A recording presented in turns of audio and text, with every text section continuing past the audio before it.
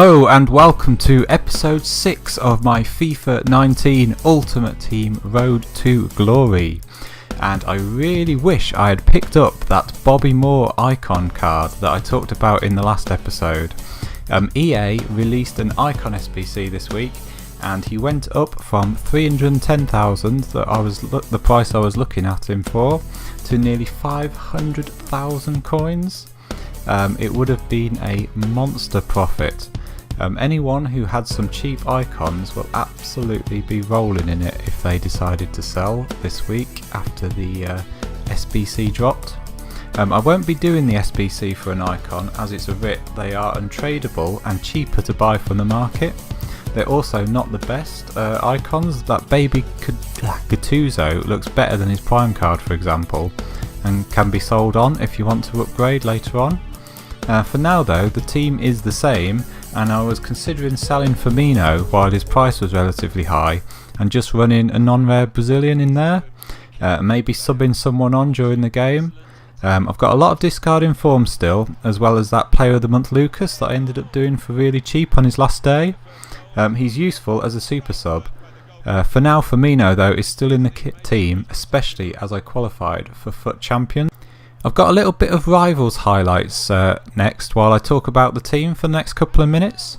Talisca, who you saw scoring the first goal in this one, is still the star of the team. He is amazing.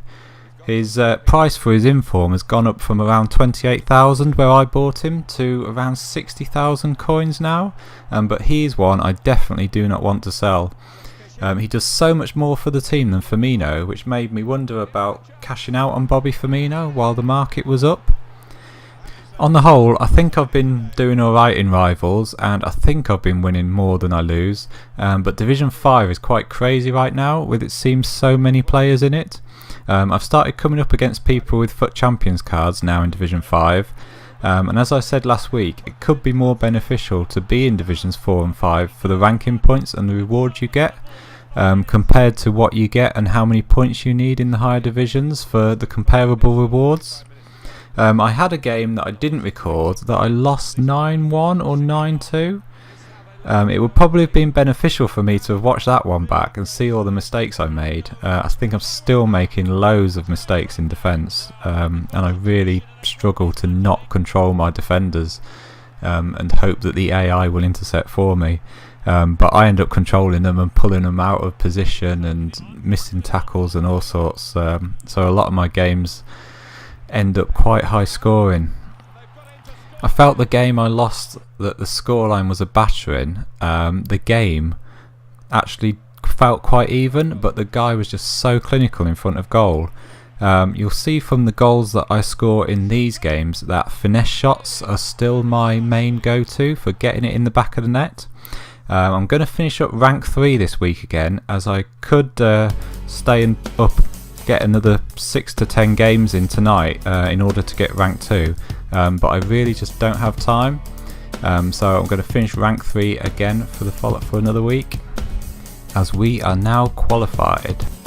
I won't be playing all 30 games, especially as I'm busy most of the weekend with plenty of family stuff going on, but I've still redeemed the weekend league access so I can accrue some more points towards the next one, and I might get 5 or 10 games in.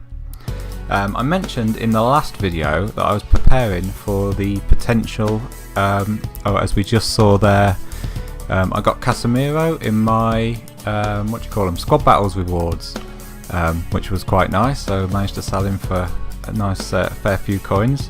But going back to what I was saying, I mentioned in the last video I was preparing for a potential CSL League squad building challenge.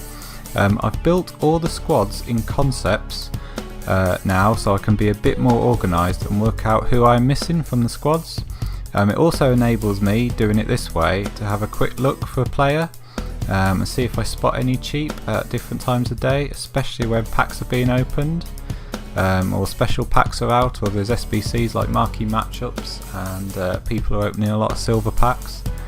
I can quickly find the players that I'm looking for to complete the squads, hopefully cheaper than they normally go for.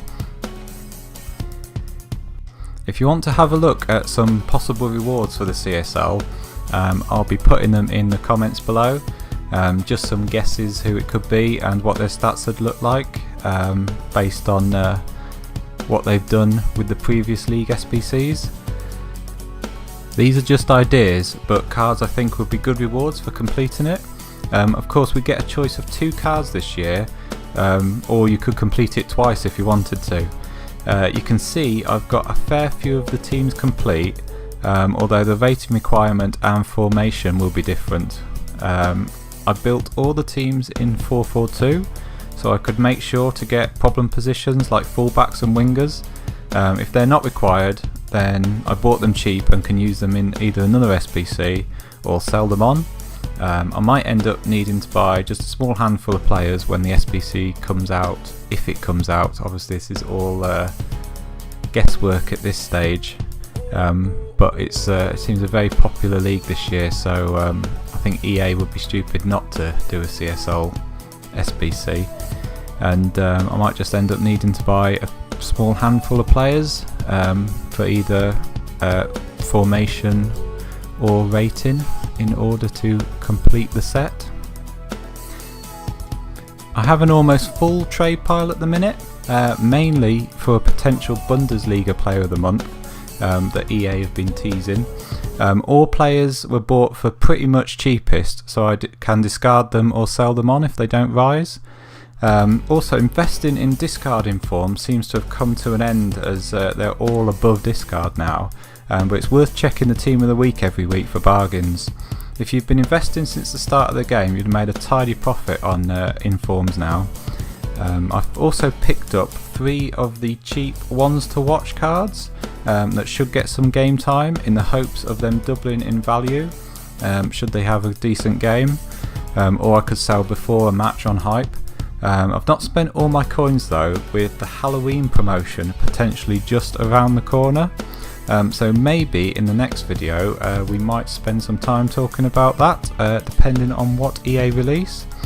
So there we have it, an update with where we are with the road to glory, FUT Champions and maybe Ultimate Screen coming up in the next video. But for now guys, thanks very much for watching. Cheers, bye.